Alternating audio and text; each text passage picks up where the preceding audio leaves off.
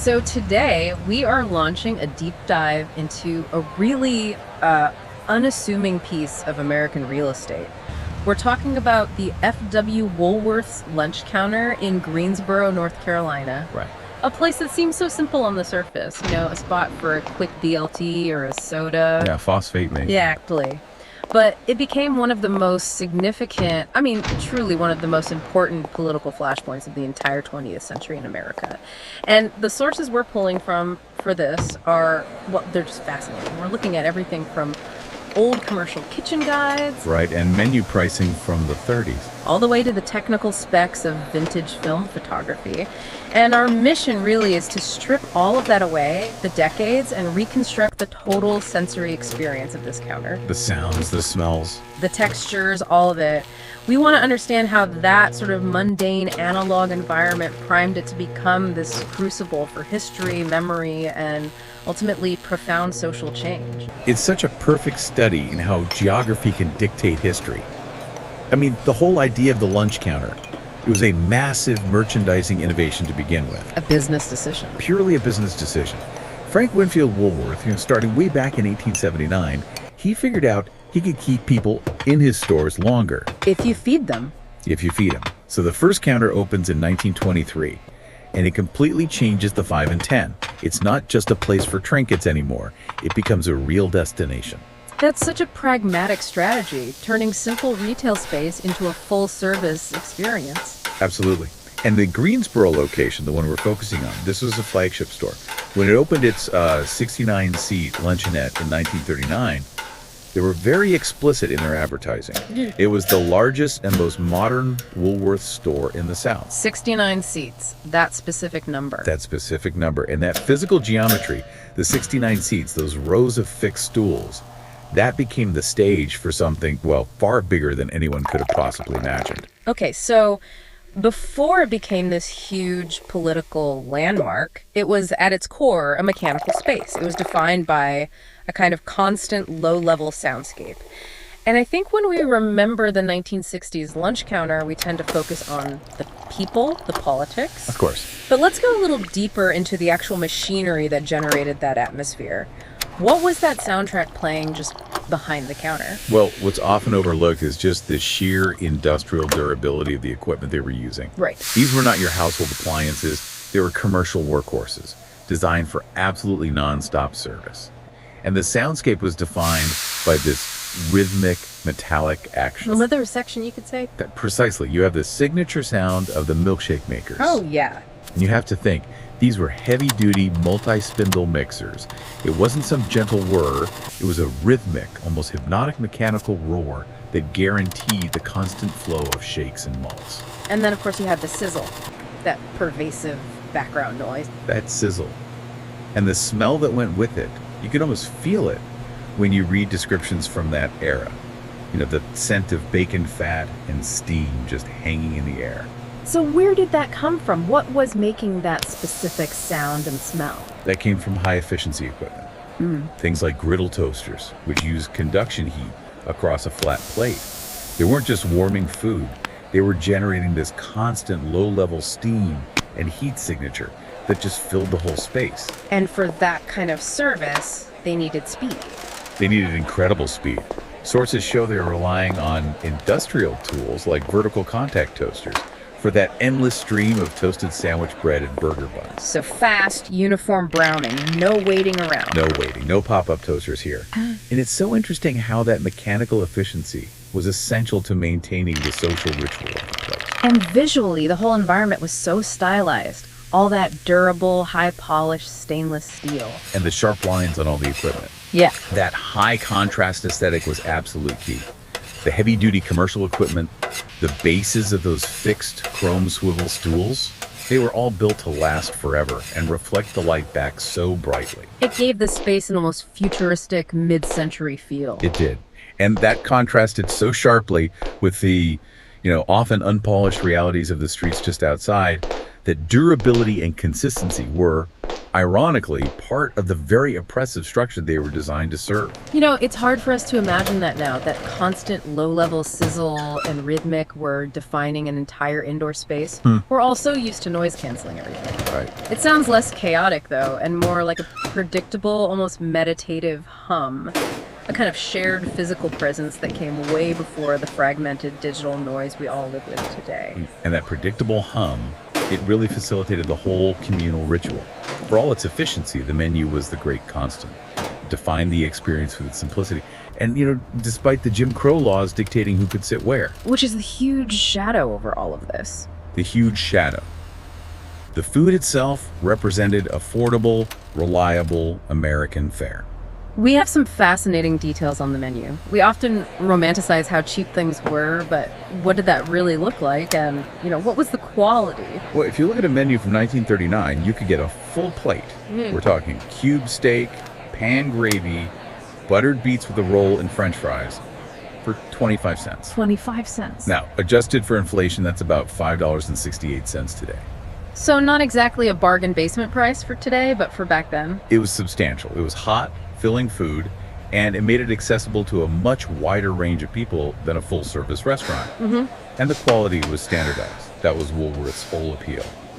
Reliability. Tell us a bit more about the drinks, because they really seem to anchor the memory of that soda fountain era. The names themselves just sound nostalgic. Oh, they absolutely defined the soda fountain experience. You had the rich, classic egg cream.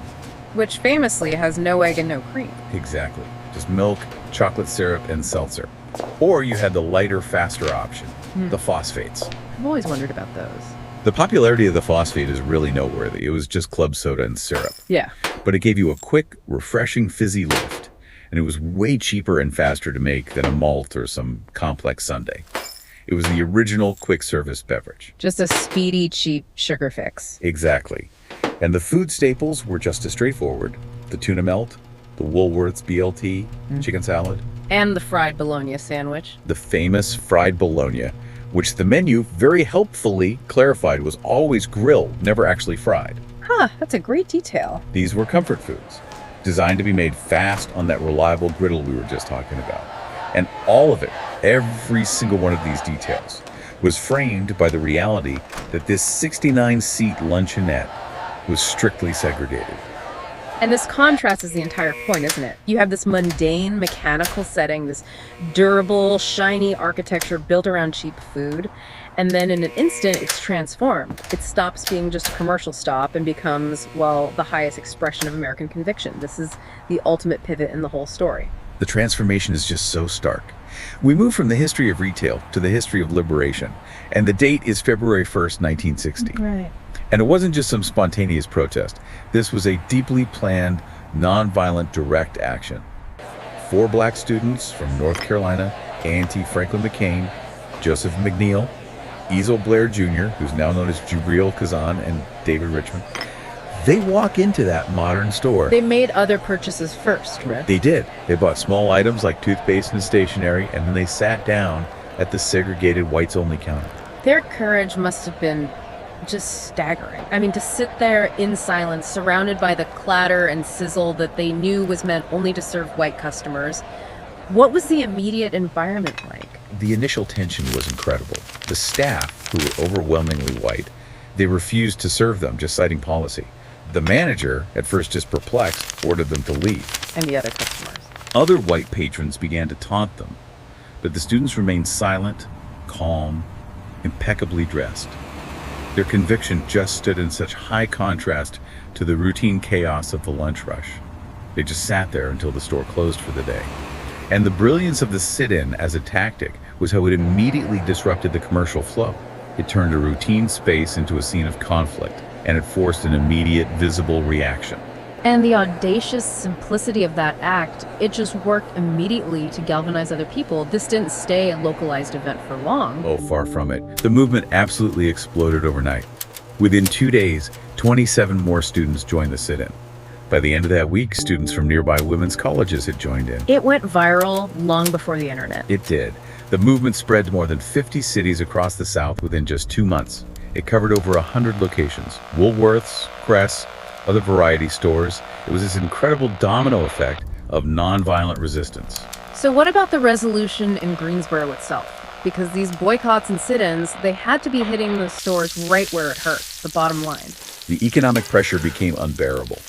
Local leaders, Businesses, the Woolworth Corporation itself, they all faced this mounting heat. The resolution came less than 6 months later. On July 25th, 1960, the manager, Clarence Harris, he finally desegregated the lunch counter. Wow. And the 4 students who started it all were the first to be served. They ordered coffee and donuts. That space had literally changed the social lexicon. It gave the world the term sit-in. And the physical legacy of that conviction, it endures long after the business itself failed. Absolutely. The building now houses the International Civil Rights Center and Museum, which opened on the exact 50th anniversary of the first sit-in back in 2010. And it's not just a local memory. No, a significant section of that original counter, that piece of stainless steel we were talking about, the focus of our sensory discussion, is preserved at the Smithsonian's National Museum of American History. I want to shift now to how we look back at moments like these. We see them culturally with such intense clarity, the sharp lines of right and wrong, the vibrant color of that conviction. And I think we can use the analogy of Kodachrome film to really understand that feeling of hyper-vivid, almost cinematic memory. That is a fascinating bridge, because Kodachrome, especially the film stock that was popular in the 1960s, it didn't just capture reality.